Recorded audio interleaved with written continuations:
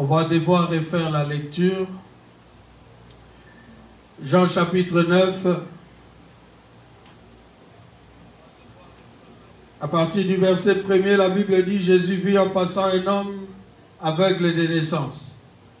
Ses disciples lui firent cette question, Rabbi, qui a péché? Est-ce cet homme ou ses parents pour qu'il soit né aveugle? Jésus répondit, ce n'est pas que lui ou ses parents aient péché, mais c'est afin que les œuvres de Dieu soient manifestées en lui. Il faut que je fasse, tandis qu'il est jour, les œuvres de celui qui m'a envoyé. La nuit vient où personne ne peut travailler. Pendant que je suis dans le monde, je suis la lumière du monde. Après avoir dit cela, il cracha à terre et fit de la boue avec sa salive, puis il appliqua cette boue sur les yeux de l'aveugle.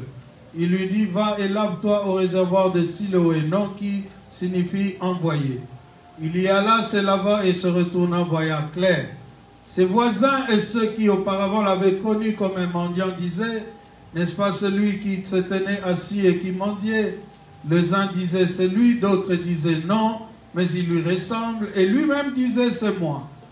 Ils lui dirent donc, comment tes yeux ont-ils été ouverts? Il répondit, l'homme qu'on appelle Jésus a fait de la boue, a oint mes yeux et m'a dit, va au réservoir de Siloé et lave-toi. Je suis allé, je me suis lavé et je recouvrai la vue. Ils lui dirent, où est cet homme? Il répondit, je ne sais. Amen. Amen. J'étais en train de dire, bien-aimés, que nous sommes toujours en train de parler de la question de la perception. J'ai dit la perception, c'est la manière qu'a tout homme, bien-aimé, de lire les événements qui se passent autour de lui, de comprendre ou d'interpréter les choses qui lui tombent dessus, qui lui arrivent dans la vie. Est-ce que quelqu'un est avec moi? Amen. La perception, c'est donc cette manière, bien-aimé, de comprendre tout ce qui t'arrive dans la vie, de savoir discerner au-delà de la vue. Alléluia. Amen. Même les personnes qui sont tout autour de toi. Cette profondeur-là de comprendre les choses, c'est cela la perception. Et vous allez vous rendre compte sur base de ces textes, bien-aimés, que la perception des hommes n'est pas toujours la bonne. Alléluia. L'homme a souvent tendance à interpréter les choses par rapport à ses sensations, par rapport à ce qui arrive, bien-aimé, produit comme effet dans sa vie. L'homme a tendance, bien-aimé, parfois à aggraver des choses qui ne devraient pas être aggravées. Et il y en a aussi qui sont malades dans leur perception, qui peuvent minimiser des choses qu'ils devraient prendre au sérieux. Alléluia. Amen. Donc la perception, la bonne perception, ce n'est pas d'abord seulement, alléluia, refuser les choses, peu importe leur importance ou leur grandeur, alléluia. Amen. Mais c'est de savoir dans chaque chose, trouver, bien-aimé dans le Seigneur, qu'est-ce qui peut être la pensée de Dieu ou qu'est-ce qui peut être ce qui va produire quelque chose en bien ou en mal dans ma vie. Est-ce que quelqu'un est en train de comprendre? Nous voyons l'état d'un homme qui est né aveugle, d'après les textes qu'on nous donne. Et on nous parle de Jésus. Jésus, comme je le disais, c'est le Fils de Dieu. C'est celui qui est venu sur la terre avec une mission. Vous vous rappellerez qu'il est entré dans les temples, il a pris le rouleau. La Bible dit qu'il l'a déroulé. Alléluia. Jusqu'à l'endroit où il était écrit. Il a lu ce qui est écrit. Et après avoir lu, en disant l'Esprit du Seigneur est sur moi parce qu'il m'a oint, il a dit aujourd'hui cette écriture est accomplie. Ça veut dire que ce qui était écrit depuis longtemps, c'était quelque chose qui devait s'accomplir avec sa présence. N'oublie jamais, bien-aimé, pourquoi tu dois avoir une bonne perception. C'est parce que ta vie ne dépend pas des événements qui arrivent. Alléluia. Amen. Ta vie n'est pas définie par tout ce qui te tombe dessus en étant vivant. Ta vie a été écrite depuis longtemps. Amen. La parole que Jésus avait lue dans Luc 4 là, alléluia, c'était une parole, bien-aimée, qui était écrite des siècles et des siècles avant, mais qui devait trouver son accomplissement. C'est pourquoi en introduction j'avais dit, la parole d'un homme peut passer sans effet, mais la parole de Dieu ne passe jamais sans effet. Amen. Alléluia. Amen. Alors nos vies étant écrites depuis longtemps, les événements qui nous arrivent peuvent, bien aimés, être aussi prévus dans le plan de Dieu. C'est pourquoi lorsque ces événements arrivent, toi qui les vis, et ceux qui t'entourent, bien-aimés, si vous êtes spirituel, vous saurez alors bien lire cela. Mais malheureusement, l'homme n'est presque pas toujours spirituel. Parce que l'homme naturel ne supporte pas tout ce qui le dépasse. Alléluia. Amen. Nous pouvons être à l'église, nous pouvons nous assembler, nous pouvons venir ici crier et prier, mais pour trouver des gens spirituels, bien-aimés, il faut encore que ces gens-là y mettent de la volonté. C'est comme ça que vous retrouverez dans les assemblées des gens qui vous semblent être des enfants de Dieu, mais vous remarquerez que peut-être dans leur comportement, il n'y a rien de spirituel. Lorsqu'ils ont mal, ils pleurent comme tout le monde. Lorsqu'ils manquent de choses, ils se compromettent comme tout le monde, bien-aimé. Or, un homme spirituel, c'est celui dont il est écrit qu'il juge de tout et il n'est lui-même jugé par personne. Lorsque, bien-aimé, l'homme se laisse juger, c'est lorsque, bien-aimé, et ce n'est pas seulement jugé par les humains, les événements peuvent te juger. Ça veut dire que, bien-aimé, il t'arrive des choses et quand tu ne sais pas bien les interpréter, ces choses-là vont diriger ton cœur. Alléluia. Amen. Ces choses-là vont orienter ta pensée, vont te dicter même une manière de faire. C'est là que tu es gagné et tu es jugé par les événements qui t'entourent. Or, un homme spirituel, justement, il ne tombe pas dans les pièges des événements. Est-ce que quelqu'un est avec moi? Amen. Lisez bien ce qui est écrit. Jésus vit en passant un homme aveugle de naissance.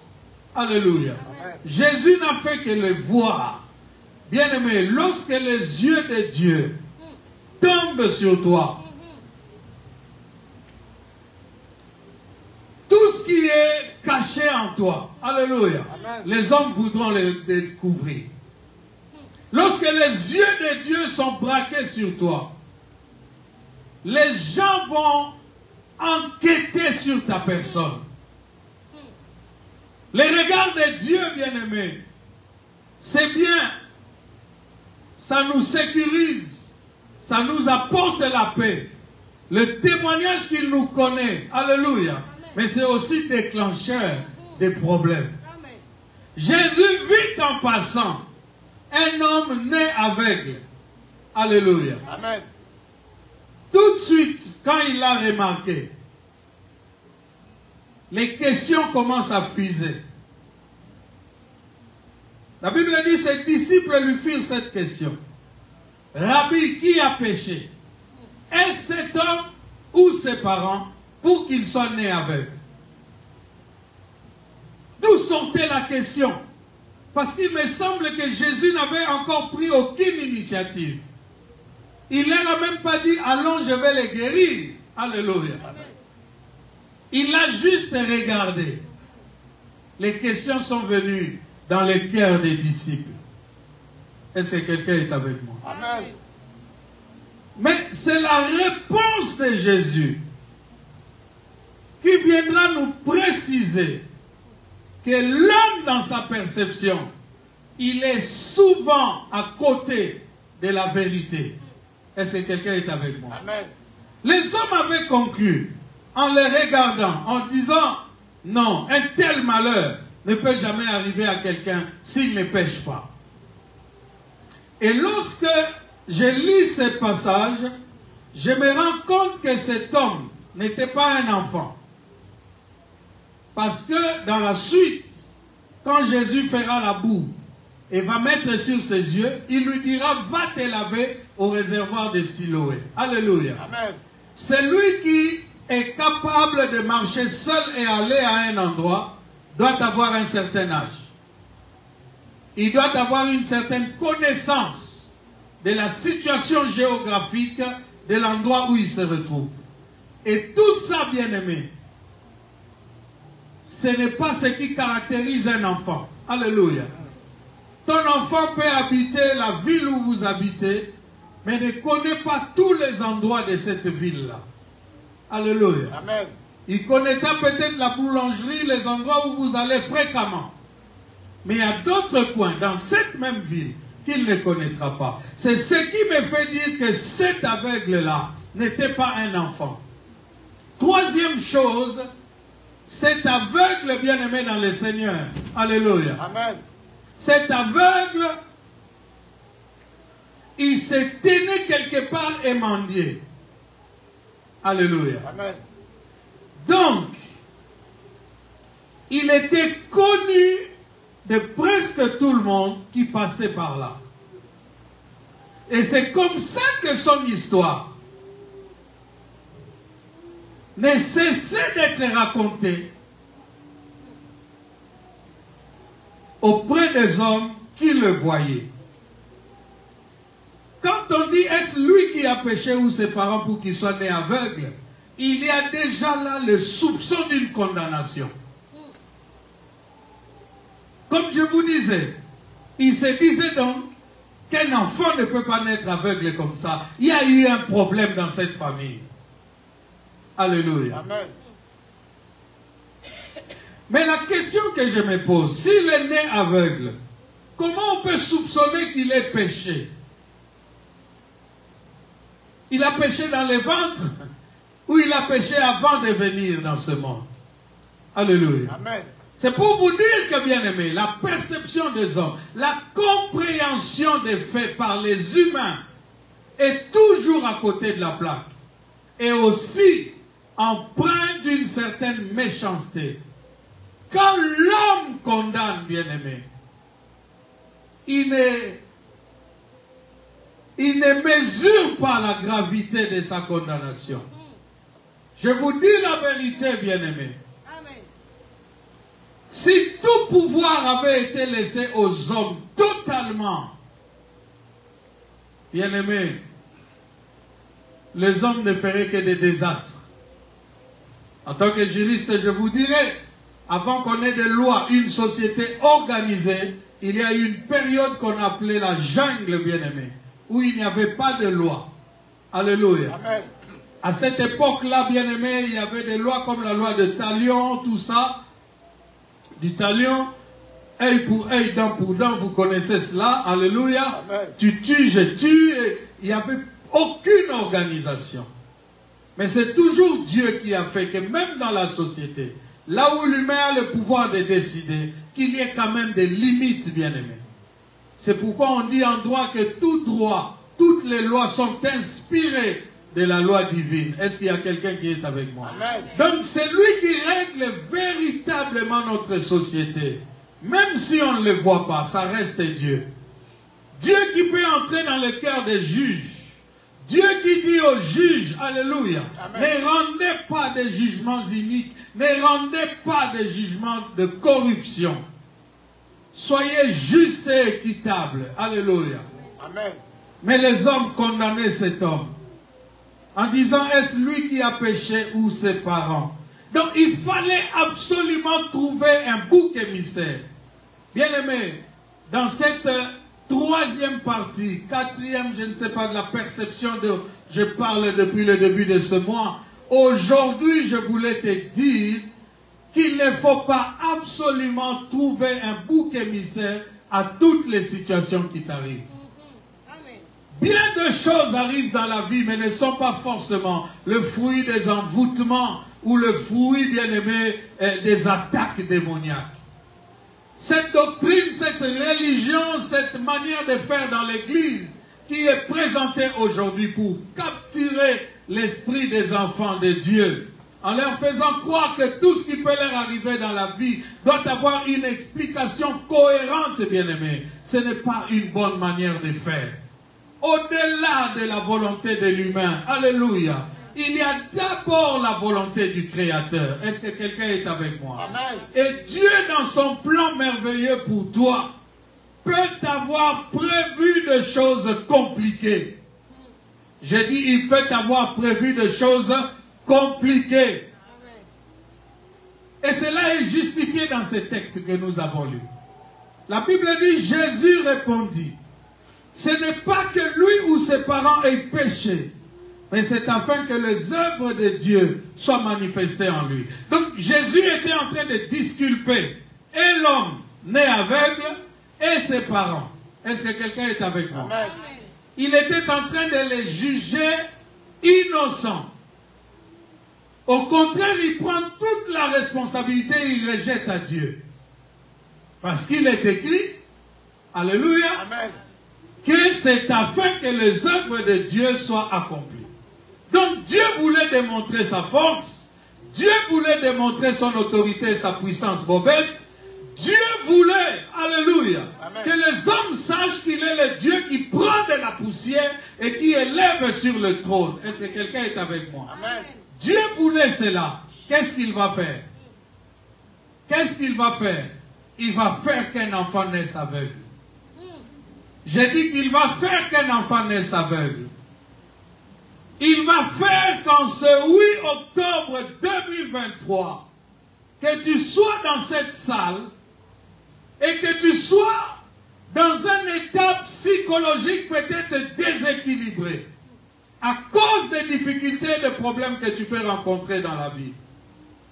Mais ce qu'il te demande, au-delà de toute ta difficulté, au-delà de toute la douleur que tu ressens, que tu te gardes, alléluia, amen, de ne pas faire comme les hommes, commencer à te condamner toi-même ou commencer à condamner tes parents.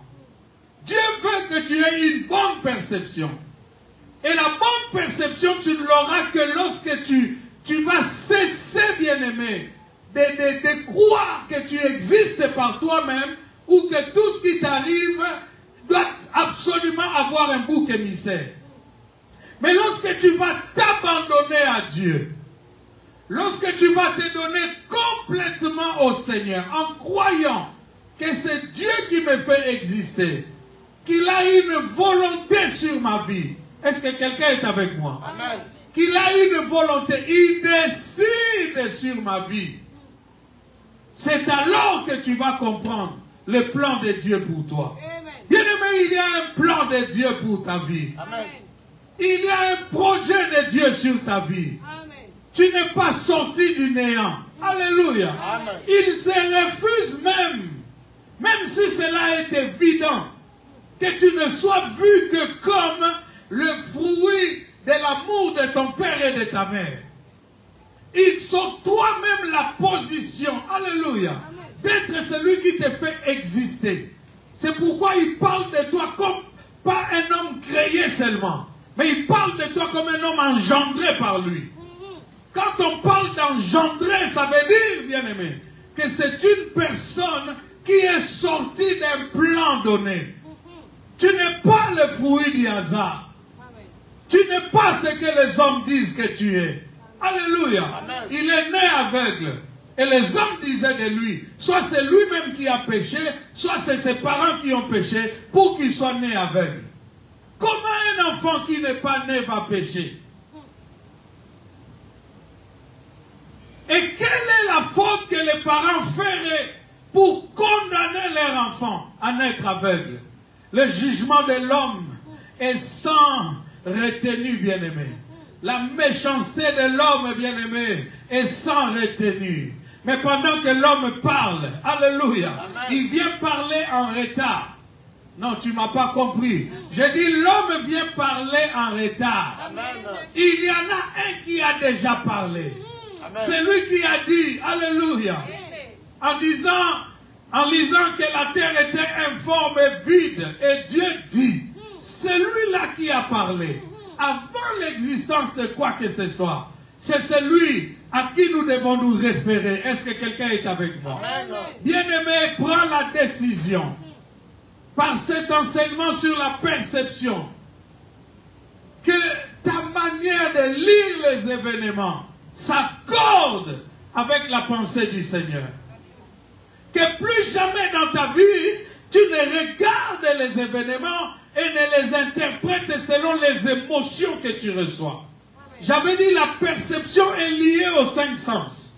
La perception humaine, elle est liée aux 5 sens. Alléluia. Mais heureusement pour nous, Dieu a disposé aussi des 5 sens, mais sur le plan spirituel. C'est pourquoi que lorsqu'on vous dit, nous marchons non par la vue, mais par la foi. Alléluia. Amen. Ça veut dire quoi? La foi remplace les yeux.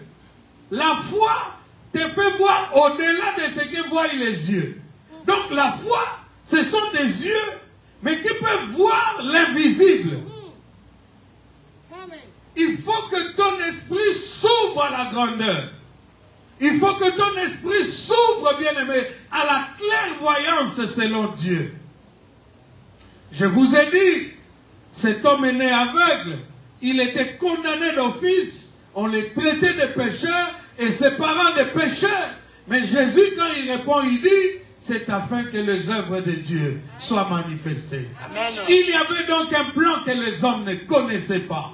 Il y avait donc un plan que les hommes ne pouvaient pas maîtriser, bien-aimés. C'est pourquoi lorsque les hommes se moquent de toi, lorsque les hommes jugent ta condition, lorsque les hommes parlent de toi négativement, alléluia, ne te décourage pas trop. Beaucoup de gens se laissent influencer par les jugements des hommes.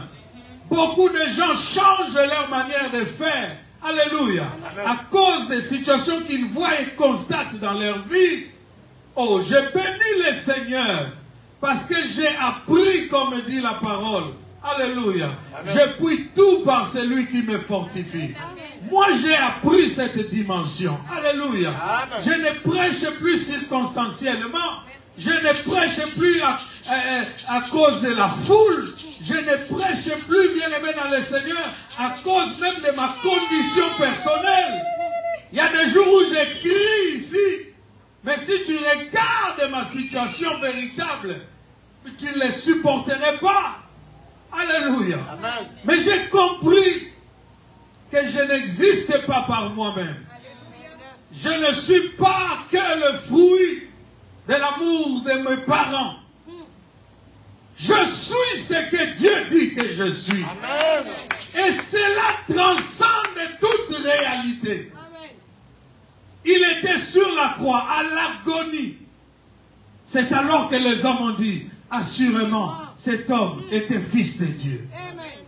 Bien-aimé, d'aucuns savent que pour qu'on te glorifie, il faut que tu sois dans une position de gloire. Lui, il a été glorifié dans une position d'humiliation. Bien-aimé, n'appelez pas conjuration ce que ce peuple appelle conjuration. N'appelez pas grandeur ce que le monde appelle grandeur. Ayez les yeux ouverts. Alléluia. Amen. Ayez les yeux ouverts. Pendant que tu es en train de pleurer, pendant que tu n'en peux plus, pendant que tu manges, mais ton corps est comme dévoré par les soucis. Alléluia. Amen. Il y a un projet de Dieu qui est sur le point de s'accomplir. Amen. Vous savez ce que le diable fait, et cela est très méchant de sa part. Il sait qu'il ne te détruira pas, il ne te tuera pas, et il n'enlèvera pas les bénédictions de Dieu sur toi. Mais ce qu'il va faire, il va chercher à ce que, quand tu vas entrer dans la bénédiction, que tu sois tellement blessé, alléluia, et que tu ne sois pas en mesure de bien jouir de ta bénédiction. Le papa de Joseph, perdu depuis longtemps, s'est présenté devant Pharaon. Pharaon lui a posé une seule question. Quel est ton âge? Je suis sûr que Pharaon voyait en Jacob, alléluia, les traces d'une personne qui a connu toute forme de douleur dans sa vie. Il lui a dit, quel est ton âge? Écoute la réponse de celui qui a été blessé, en train de pleurer un enfant pendant près de 18 ans. Un enfant qui n'était pas mort. Puisque ses frères, les frères à Joseph sont revenus un jour pour dire à leur père, regarde si c'est la tunique de ton fils que tu aimais. Il savait qu'il allait reconnaître la tunique. La Bible dit qu'ils ont teinté la tunique, ils l'ont plongé dans du sang des animaux. Ils savaient que le papa allait reconnaître la tunique. Mais il était impossible au papa de reconnaître le sang. Quand il a vu la tunique et le sang dessus, il a reconnu la tunique. Parce que la Bible dit qu'il avait confectionné lui-même une tunique bigarrée de plusieurs couleurs pour son fils Joseph qu'il aimait. Il a reconnu la tunique, mais il était incapable de reconnaître le sang dessus, que c'était le sang des boucs. Alléluia. C'est lui qui te connaît véritablement, c'est ton créateur. Amen. Lui connaît même, bien-aimé, ton sang. Il peut différencier ton sang d'entre le sang d'1 million de personnes. Pharaon lui dit, quel est ton âge? Écoute la réponse de Jacob. Mes parents ont vécu encore plus longtemps que moi. Vous comprenez? Mes parents ont vécu plus longtemps que moi. Ils sont allés dans la vieillesse jusqu'à un certain niveau. Mais moi, ton serviteur, c'est alors qu'il revient à son âge. C'était pour dire, bien-aimé dans le Seigneur, que ses peines et ses douleurs étaient comme sur le point d'écourter sa vie. Alléluia. Mais Jacob n'a pas réalisé qu'avec l'accomplissement, comme dit Jésus, c'est afin que les œuvres de Dieu soient manifestées en lui. Alléluia. Amen. Que Joseph était envoyé dans cette situation pour que toute la famille soit sauvée. Et lorsqu'il a envoyé les gens aller chercher leur père, on disait au père, Joseph vit encore. Le père ne bougeait pas. Il dit, voilà, ce sont vos blagues habituelles. Vous êtes venus me dire qu'il est mort. Maintenant, vous revenez pour me dire qu'il vit encore. Vous êtes des aventuriers, ces enfants. Vous cherchez ma tête, vous cherchez ma mort, mais vous ne m'aurez pas. Alléluia. Amen. Le papa est resté, bien-aimé, sans réaction. Il est resté sans réaction. Mais la Bible dit, lorsqu'il vit les chars, lorsqu'il vit les chars qu'avait envoyé Joseph, c'est la Bible qui dit, l'esprit de Jacob reprit vie. J'ai dit, l'esprit de Jacob reprit vie. Amen. Il y a des gens au milieu de nous, à cause d'une mauvaise perception, mauvaise interprétation de tout ce qui leur arrive dans la vie. Vous êtes entrés dans des états comatiques.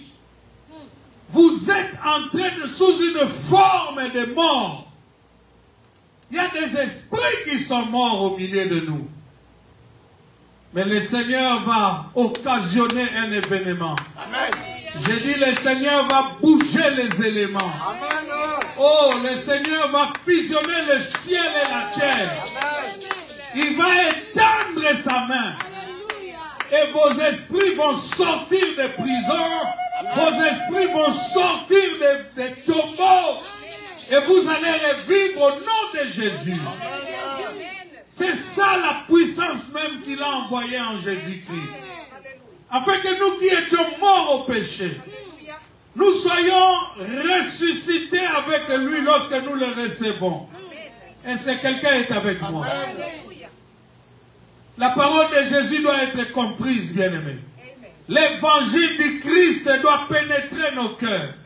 Afin que personne d'entre nous ne demeure dans le voile et dans la mort, bien-aimés. En vérité, je vous le dis, il ne devrait pas avoir de tristesse à l'église. En vérité, je vous le dis, il ne devrait pas avoir de tristesse dans la vie d'aucun enfant de Dieu. Peu importe ce que tu traverses. Bien-aimé, il est sur la croix, à l'agonie. Mais il est capable d'être compatissant avec quelqu'un. La femme qui pleurait au bas de la croix, il lui dit, femme, arrête de te torturer ainsi. Regarde, ton fils est là. Il lui présente Jean.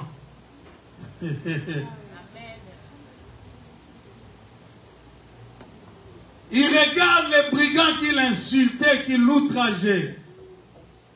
Il ne dit rien. Il regarde celui qui défendait son ami de l'outrager. Il lui dit aujourd'hui, tu seras avec moi au paradis. Aujourd'hui, des grands prophètes ont marché avec lui, il les fait attendre encore. Ils sont postés, stationnés, attendant le jour glorieux. Mais celui-là, il passe direct. Donc, il était brigand toute sa vie, afin que les œuvres de Dieu soient manifestées. Tu as l'impression de souffrir depuis que tu es venu sur cette terre. Mais je te dis qu'il y a un jour prévu par le Seigneur pour que les œuvres de Dieu se manifestent en toi. Bien-aimé, si tu veux ne rien vivre dans ta vie, arrête de croire en cela. Mais si tu espères encore vivre en quelque chose, espère en cela. Alors quand tu espères en cela, tu ne regardes ni l'âge, ni l'intensité des problèmes qui t'arrivent, ni le fait que ça t'amène à l'agonie. Bien aimé, à la croix, il était à l'agonie. C'était presque le dernier souffle. Après avoir parlé au brigand, il n'a pas traîné pour dire Eloi, Eloi, lama sabachthani. Mais comme il fallait que les œuvres de Dieu se manifestent, il a quand même eu le temps de parler au brigand de droite et de lui promettre le salut. Bien-aimé, même si Dieu doit mourir, il ne mourra pas sans avoir dit les choses qui sont pour ta bénédiction. Même s'il doit mourir, il ne partira pas sans avoir accompli ce qu'il avait déclaré sur ta vie. Et quand tu as une telle perception de Dieu, quand tu as cette manière d'interpréter les choses de Dieu, alléluia, peu importe les soucis qui t'arrivent, bien-aimé, de quelles difficultés tu te pleures? Lui, il était né aveugle. Vous comprenez? Amen. Il y avait deux extrêmes. Naître dans la condition d'aveugle là, ou mourir à la croix.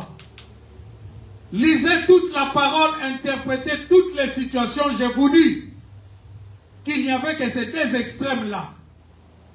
En Israël et en interprétant la loi. C'est comme ça que les hommes l'ont condamné. La Bible dit, à peine mourrait-on pour un homme de bien. Lui, il est mort pour des gens mauvais. C'était les deux extrêmes, bien-aimés. 40 coups moins 1, ce n'était pas comparable à la croix. Donc nous étions devant un homme que personne ne pouvait comprendre. Et en face de lui était un homme, alléluia, que personne ne pouvait défendre. C'est comme ça qu'on a dit, crucifiez-le, crucifiez-le. On leur a présenté un bandit, Barabbas. Et ils ont dit non, Barabbas c'est encore bien. Crucifiez-le. Pourquoi? Parce que les œuvres de Dieu devaient s'accomplir en lui. Dis à ton voisin, il y a des œuvres de Dieu qui doivent s'accomplir en toi. Il y a des œuvres de Dieu qui doivent s'accomplir en toi. Amen. Cette promesse, ce plan de Dieu va t'amener jusqu'à l'agonie. Ça va te finir complètement. Sinon, comment on saura que ça, c'est l'œuvre de Dieu? Amen. Bien-aimés, les gens sont bénis, plus ou moins. Les gens se vantent d'être bénis. Les gens se réjouissent. d'avoir des biens matériels. Alléluia. Amen. Mais je te dis, très peu de gens, très peu sont en train de vivre la manifestation des œuvres de l'Éternel. Bien-aimé, quand c'est dans les plans de Dieu, quand c'est ce qui est prévu depuis l'éternité, il y aura une touche particulière. Non, tu ne m'as pas compris. Les œuvres de Dieu devaient s'accomplir en Job. Il a eu les premiers enfants. Il a eu les premières richesses. La Bible dit alors que Dieu demanda à Satan d'où viens-tu? Il dit, je viens de me promener, de parcourir la terre. Il lui dira, as-tu remarqué mon serviteur Job? Satan lui dira, est-ce une manière désintéressée que Job te craint? N'est-ce pas parce que tu l'as protégé, lui et ses biens? Je vous ai dit dimanche passé, le diable avait peut-être une bonne perception de Dieu, mais il avait une très mauvaise perception de l'homme.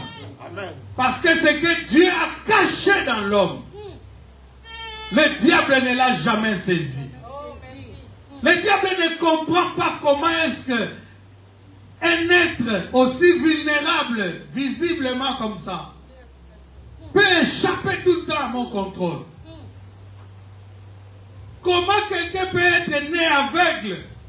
Il grandit, je vous ai dit, c'est pourquoi je vous disais que cet aveugle n'était pas un enfant. Parce qu'il était capable d'aller lui-même jusqu'au réservoir de Siloé. Donc il connaissait le réservoir de Siloé. Il savait comment braver les obstacles sur sa route. Puisque Jésus lui a dit, il lui a pas dit cherche quelqu'un qui t'amène au réservoir. Il lui a dit va au réservoir et lave-toi. Ce n'était plus un enfant. Comment quelqu'un qui est lié autant d'années, en un clic, va retrouver la vie? C'est ça qui dépasse l'entendement du diable. Lorsqu'il entendait Jésus ce jour-là à la croix dire à cet homme, aujourd'hui tu seras avec moi au paradis. Il dit décidément, décidément, décidément cet homme est compliqué. Il a encore pensé à la fois où ils étaient à la montagne. Quand Jésus lui disait l'homme ne vivra pas de pain seulement. Donc le diable savait que l'homme vivrait de pain. Lui, il amène une nouvelle révélation pour lui dire l'homme ne vivra pas de pain seulement. Est-ce que quelqu'un est avec moi? L'homme ne vivra pas de pain seulement. Il l'amène dans une autre dimension. Il y a une autre dimension où tu peux nager dans les choses spirituelles. C'est toi-même qui veux rester sur la chair. C'est toi qui restes au niveau d'en bas. Commence à planer, commence à nager dans les hauteurs. N'aie pas peur des mots.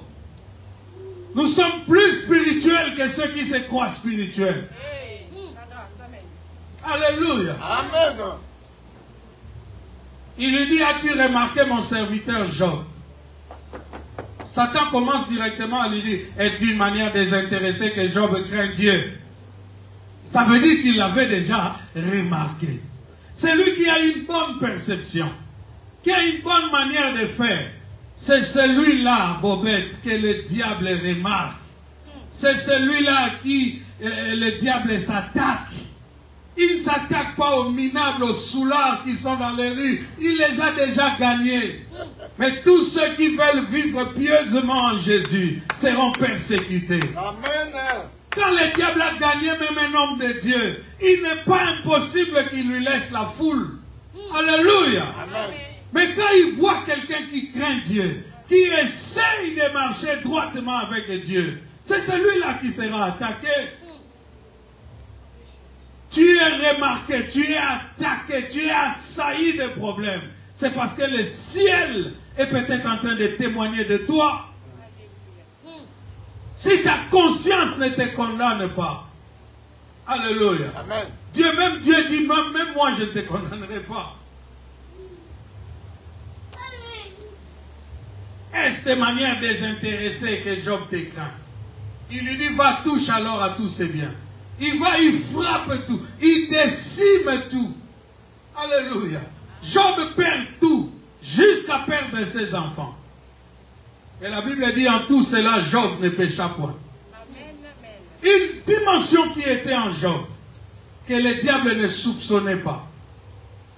Et puis le diable avait oublié que Dieu a mis dans l'homme une semence de reproduction. J'ai dit une semence de reproduction. Amen. Ils lui ont pris les premiers enfants, mais ils ne lui ont pas pris la semence de reproduction. Bien-aimé, tu peux pleurer sur tout ce que tu manques aujourd'hui. Mais il y a peut-être encore des choses que tu n'as jamais vues, que tu n'as jamais possédées pour les perdre. Alléluia. Amen. Qui te sont encore réservées. Amen. Il allait chercher les ânesses de son père. On lui a dit, mais à qui est-ce que tout ce royaume est réservé? N'est-ce pas à toi? Amen. Et lorsqu'il rencontre la troupe de prophètes, l'esprit vient sur lui. Il se met à prophétiser. Quelque chose qu'il n'avait pas dans la maison de son père, mais qu'il trouve dans son errance en train de chercher les brebis. Tu peux sortir le matin pour un simple travail. Et tu rencontres la royauté sur le chemin de ta route ce jour-là. Tu peux sortir femme seule, abandonnée, critiquée par les gens. Et tu rentres le soir comme une reine que personne ne peut encore critiquer. Le père avait envoyé un fils avec un serviteur. À son retour, il a reçu un roi. Et il y a même des moments où tu ne retourneras plus. J'ai dit qu'il y a des dimensions où Dieu peut t'amener. Tu ne retourneras plus chez vous.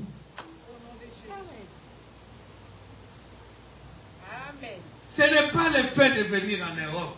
Ce n'est pas le fait de suer en Europe et chercher l'argent. Femme seule, et comment on l'appelle? Femme forte et tout ça.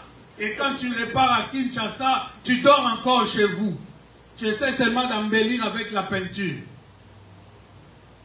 Mais il y a des dimensions comme ça, tu es élevé. Même chez vous là, on ne peut plus te recevoir.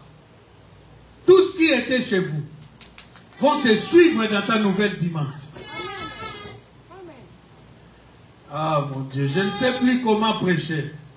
Je ne sais plus à qui prêcher. Mais j'aimerais voir un peuple qui comprend la parole de Dieu. Amen. Il ne devrait même pas avoir de pleurs dans les camps des enfants de Dieu. Si tout un peuple a été conduit par le chemin du désert, sans que ses souliers ne puissent s'user, sans que ses vêtements ne puissent s'abîmer, qu'est-ce qui nous tracasse aujourd'hui? Qu'est-ce qui nous bouleverse aujourd'hui? C'est notre mauvaise perception, notre manque de perception qui nous plonge dans ces états-là. Et la Bible dit que Job eut des plus beaux ans.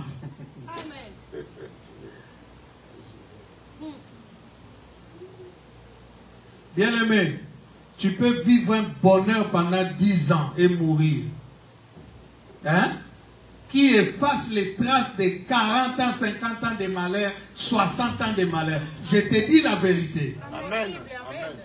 Même ceux qui disent, parce que j'entends aussi des prédicateurs qui disent qu'il y a un certain âge où on jouit de la vie, où on peut profiter de certaines choses, à un certain âge on ne profite plus de ça. Alléluia.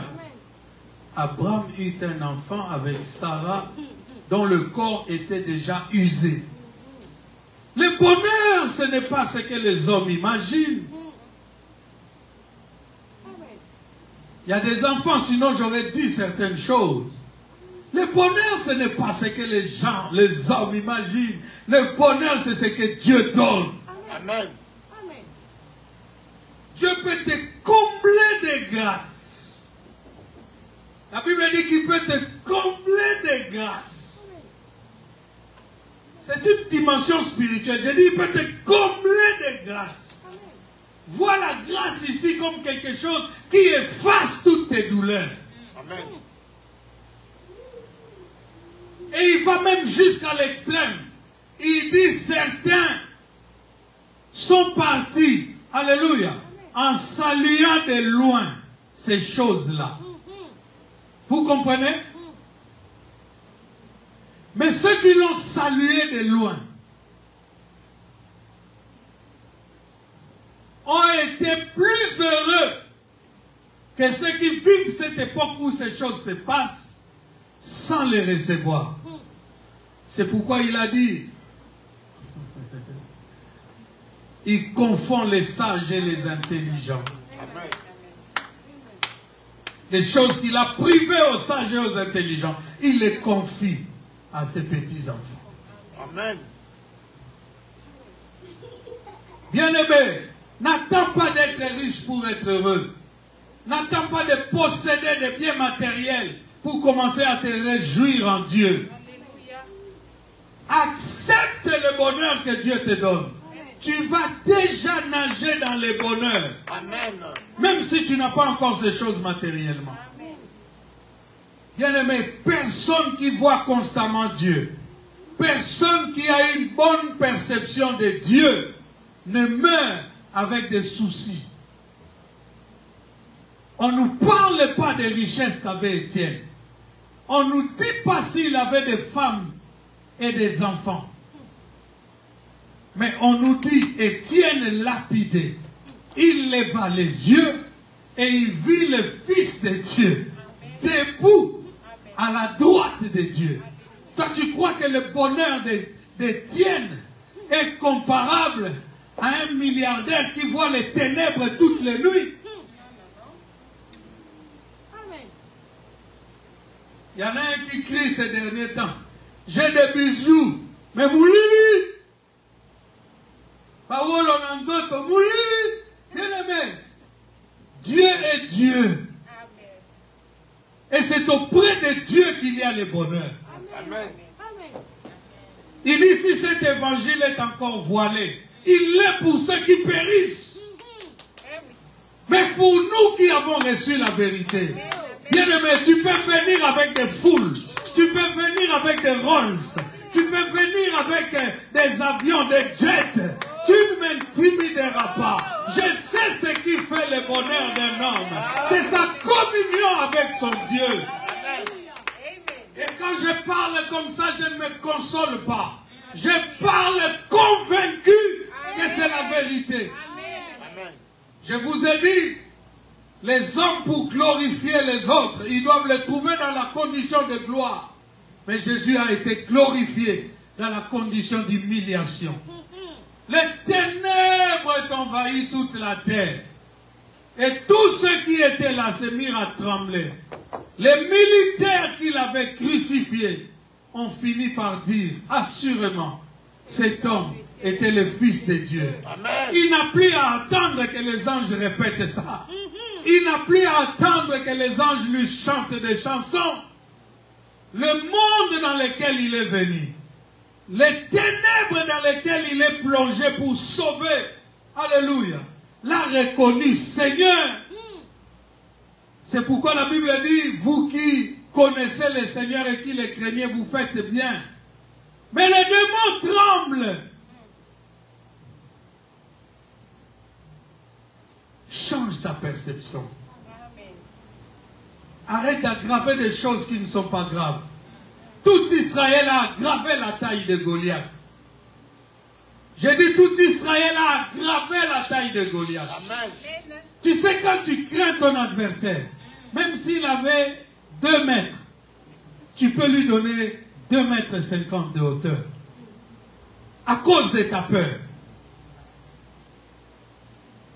C'est pourquoi il dit, celui qui tremble, je le ferai encore trembler. Tu trembles trop. Et pourtant, parfois dans la vie, vous savez, il y a même des solutions simples, mais qu'on n'aime pas avoir. Lis la biographie des plupart des grands que tu adules dans le monde. C'est là où tu vas te rendre compte. Alléluia. Amen. Que parfois tu aggraves certains problèmes qui ne sont pas graves. Il y a eu une conférence ici au Palais des Congrès, dernièrement ici. Beaucoup de gens se sont réunis, plus de 4000 personnes. Et les gens sont venus parler de leur expérience. Il y a un milliardaire qui vous raconte qu'il était vendeur à la sauvette. Dans les rues d'Abidjan ou je ne sais pas où.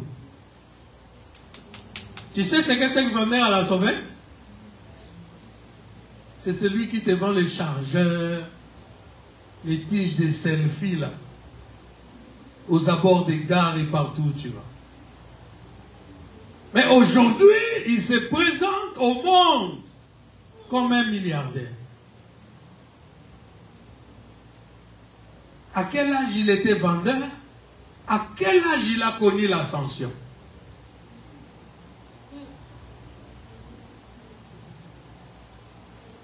Si Dieu le décide,